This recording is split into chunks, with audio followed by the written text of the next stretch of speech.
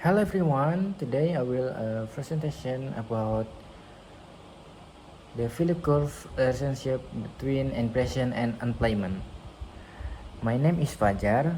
Let's go to start the first nah, presentation. What is Philip curve? Jadi sebelum kita ngebahas Philip curve, kita cari tahu dulu sebenarnya siapa sih Bapak Philip nih. Jadi Bapak Philip ini adalah seorang dosen di UK sana. Nah, jadi Bapak Philip tuh ngelihat sebuah fenomena inflasi dan unemployment rate atau tingkat pengangguran. Oke. Jadi Bapak Philip ngebuat kurva seperti ini. Nah, kalau misalnya tingkat penganggurannya tinggi, pasti tingkat inflasinya rendah, dan begitu juga sebaliknya. Nah, jadi sebenarnya kalau kita cari tahu di tes secara teori ekonomi, jadi penjelasannya ada begini. Kita ambil pembahasan ekonomi grow atau pertumbuhan ekonomi. Jadi ada suatu demand atau permintaan. Jadi yang pertama ada apa yang itu namanya dari sisi pengangguran kan. Kalau misalkan nih suatu daerah punya perusahaan berkembang dan produknya lagi boomingnya, otomatis perusahaan itu kan lagi ngebutuhin pekerja gitu kan. Nah, kalau misalkan perusahaan ini lagi ngebuka lowongan pekerjaan, pastinya suatu daerah tersebut bakalan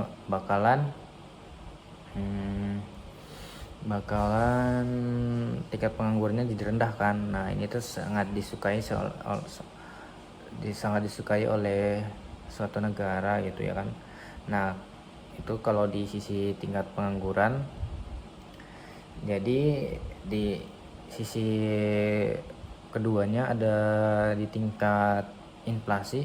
Jadi kalau misalkan perusahaan ini tuh lagi boomingnya, otomatis produknya lagi boomingnya, jadi pasti perusahaan itu kan lagi bakalan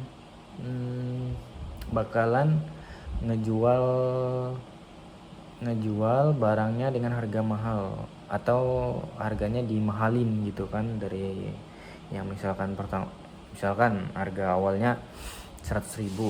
Jadi tapi gara-gara banyak yang minta atau atau banyak yang mau produknya, pasti bakalan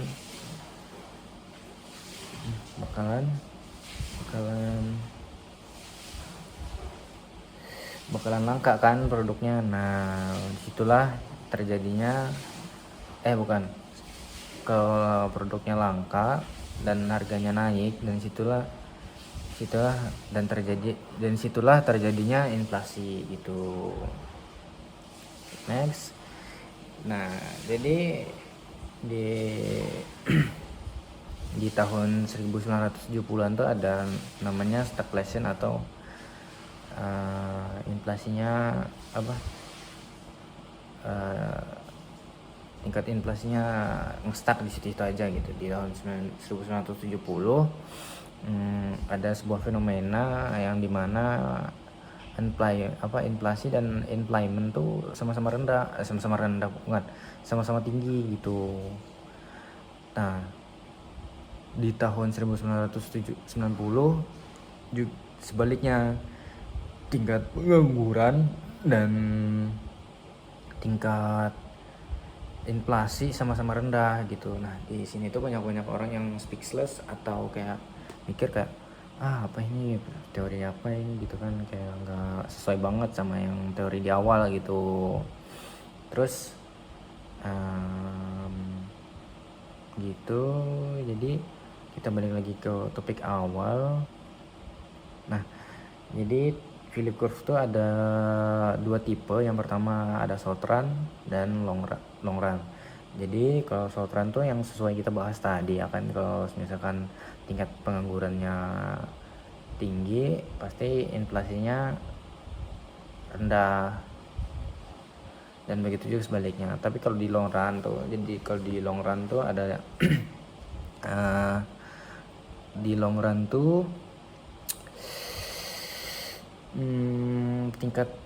tingkat penganggurannya sama aja tapi tingkat inflasinya tinggi. Jadi sebenarnya Philip curve ini adalah apa tuh namanya, di Philip curve ini cocoknya cuman di short run atau jangka pendek aja nih ya teman-teman. Tapi kalau di jangka panjang kurang worth gitu kan sebenarnya. Dan di akhir kita kita nggak usah mikir kalau Philip curve ini nggak usah dikaji lagi gitu, bukan gitu ya teman-teman mikirnya. Jadi sebenarnya Philip curve ini sebenarnya juga make sense sih sama teori-teori ekonomi itu kan, sama yang lainnya juga. Tapi itu tadi cocoknya di jangka pendek aja ya teman-teman, nggak di jangka panjang. Kalau jangka panjang bakalan sama aja gitu kan. Ya mungkin itu aja sih yang saya sampaikan di video ini kan. Okay, that's all for my presentation. Thank you for attention. Bye bye.